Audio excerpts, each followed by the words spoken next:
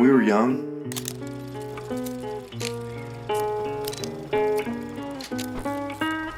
we felt limitless.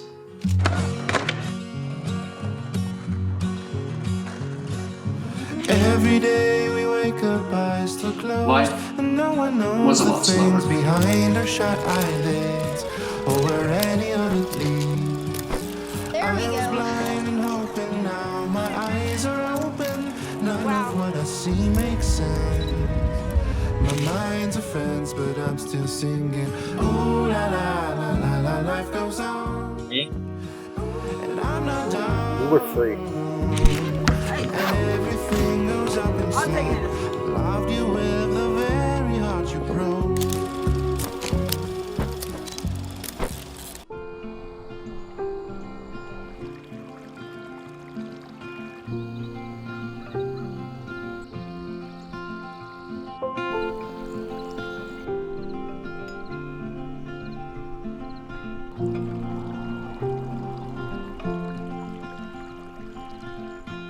Rainy days don't seem so wet.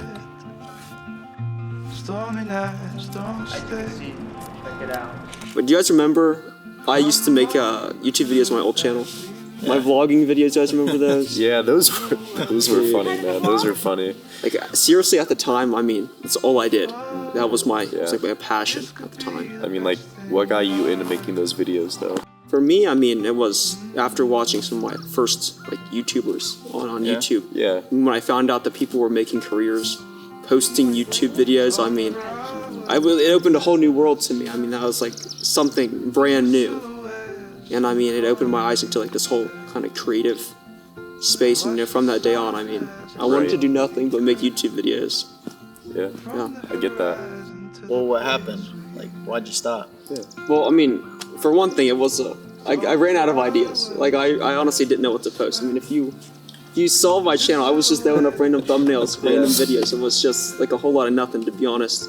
But also the main part was, I was like in middle school around that time. So a bunch of the kids, I was afraid they were gonna make fun of me for posting YouTube videos. And there were a couple of people that did say something, but you know, there were comments and whatever. I mean, so at that time, you know, like what, 12, 13 people, you know, they make fun of, you know, for whatever. Like posting videos online was kind of like a foreign idea to them. Yeah. And that's why I kind of stopped. That's why I stopped. Just out of that fear. I mean, that makes sense. Yeah. But no, I wish I didn't. So if you could go back, would you change anything? Like, do anything different with the channel? Or would you just keep filming, keep everything the same?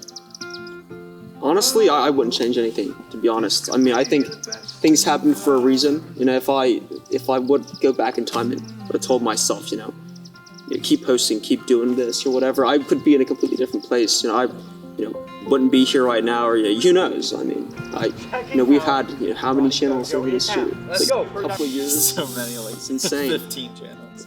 But I feel like each one of those kind of taught each person a lesson, and that's why we're here now. And I think if I went back in time and I told myself, do this, do that, we wouldn't be here. So I wouldn't change anything. Yeah, I'm kind of in the same boat, along with all of our other channels that we've done. Yeah. It's kind of grown us in a way. Yeah, to be where we are now. Yeah. Don't stop what you're doing because people judge you. And Manny's story, he was doing something he absolutely loved. Vlogging, filming, creating stories about his life every day. But from the judgment that he got from his peers, from people at school, he stopped. He stopped doing what he loved. If you see a future in what you love, what you're doing right now, pursue that thing. Keep doing it for the rest of your life, because one day you'll be sitting at a 9-to-5, or you'll be sitting in a job you don't like, and you'll think, why did I ever stop doing this? For Manny, he loved filming, vlogging, doing all these creative things. If you love what you're doing, just pursue that. Keep doing it for the rest of your life. So, Dylan, what did you do as a kid? I actually used to play basketball. Okay, I remember that. It didn't last very long, and I stopped because I just didn't have that drive that I needed to keep going. It didn't fill that sort of desire that I felt like I needed in my life at the moment. Yeah. So what did you do after that? I kind of put all my eggs into one basket, but it wasn't with basketball. It was actually with golf. Golf wasn't the first thing on my mind after I quit basketball, but it kind of put me in a place where I could go and kind of escape reality. I mean, everyone needs that kind of environment or the people to be around that takes them away from what's going on in their real life. Right. So that's kind of what golf provided for me. It provided a safe space for me to think and kind of just escape what I was going through. So basketball, it wasn't enough, or? No, basketball felt like it was more of a chore, Okay. per se, if that makes sense. It was something I had to commit to and kind of work at. With golf, it was just something I could go to and love doing, and I would improve without actually realizing it. So, would you change anything? Actually, I think I would change. Getting into basketball that early and going through my youth with that kind of experience, I think I would have started golf a lot earlier, gone to camps, just kind of seen that improvement. Because, as I said earlier, basketball didn't really feel that desire. And I think if I would have jumped straight into golf earlier, it would have made me better as a person as I am now, and kind of better at the sport that I wanted to get into and wanted to grow up through. And now I'm working through it, and I think if I got into golf earlier, I would have been better at what I do now and a better person just overall. If you love doing something, don't stop. In Dylan's story, he absolutely loved golf. It was his life, but he let basketball get in the way for too long. But now, Dylan is truly doing something he loves. He's working at a golf course, he's playing golf every day, he's coaching golf, he's letting it lead his life, and he's absolutely passionate about it. Now, in Dylan's story, he didn't enjoy basketball, but he didn't listen to his heart. Although he may have had some great experiences from basketball, it wasn't the sport he absolutely enjoyed like golf.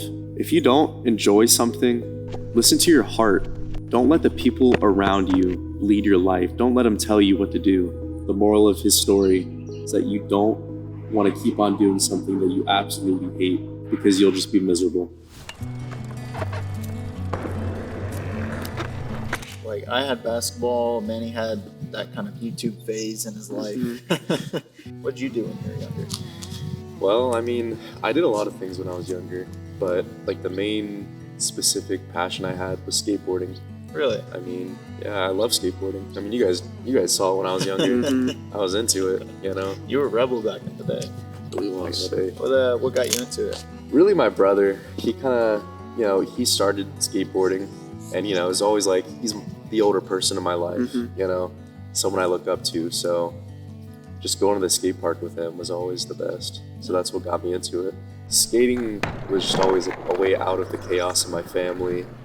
And I mean, even more than that, it was just a way to like spend time with my brother, Yeah. To get out there, skate with him, spend time with him, just try to build that relationship between each other and just, have something that we both loved. So I wish I had that same sibling relationship that like you had and then Manny had. I felt like I was kind of separated. If you could start over, what would you do differently to keep yourself safe? I'd say one of the biggest things that drew me away from skating was not having enough people to do it with. As people get older, like my brother did, they kind of like fall out of things, and that's kind of what happened. He fell out of skateboarding, and I still loved it, but as soon as he stopped, I just didn't feel like going out anymore. I didn't feel like skateboarding anymore. I mean, I still did it every now and again, like periodically, but I think having more people to do it with would have definitely kept me in skating. Yeah, and I loved it. I bet that was hard, not having people to go out and... That's true. I mean, it was like a big thing for him, like his friends, but not my friends. Yeah. My friends started to play video games. So I Really? Yeah, like a good game called Fortnite. So I know you said your brother fell out of skating. That's kind of why you fell out of skating. Do you think if you were still in it right now, would you still be kind of in that same environment, doing the same thing? Like honestly, I don't think I would still be skating today. The friends I had at the time, like I said, like I didn't have anybody to skate with, and like the direction we were going in, like being with you guys, we were making YouTube content. We were, playing basketball. We were playing sports and whatnot. We were playing video games every day. I think if I kept on skating, it would have drawn me further away from you guys, and I wouldn't be where I am today. I wouldn't be sitting here on this beautiful morning, hanging out with you guys, waking up early. It's really early morning. It is Not very that early. early, man. It's pretty early. it was Yeah, pretty early. but I think in the end, the right choice was, getting out of skateboarding and just spending more times with you guys, making good friends, that last forever. Kind of happy that happened. So, essentially, with my story, at the end of the day, I quit doing what I loved. I grew up and I found new friends. Although I enjoy skateboarding a lot, I just couldn't keep on doing it. I was going in a different direction in my life. I was making new friends. I didn't have anybody to do it with anymore, so I just stopped. And although I thoroughly enjoyed skateboarding, the right choice was to put it in my past and move forward with my life. So the moral of all of our stories is to find something you're passionate about, something you truly love in life, something you feel like you can do for the rest of your life. If you don't find something like that, later in your life, you'll feel lost. Don't stop doing what you love because of judgment from others. If you don't find something you love, you'll feel lost. Follow your heart with every decision you make. Don't follow others. Live like your dreams are counting on you, because they are, and so is the time you'll never get back.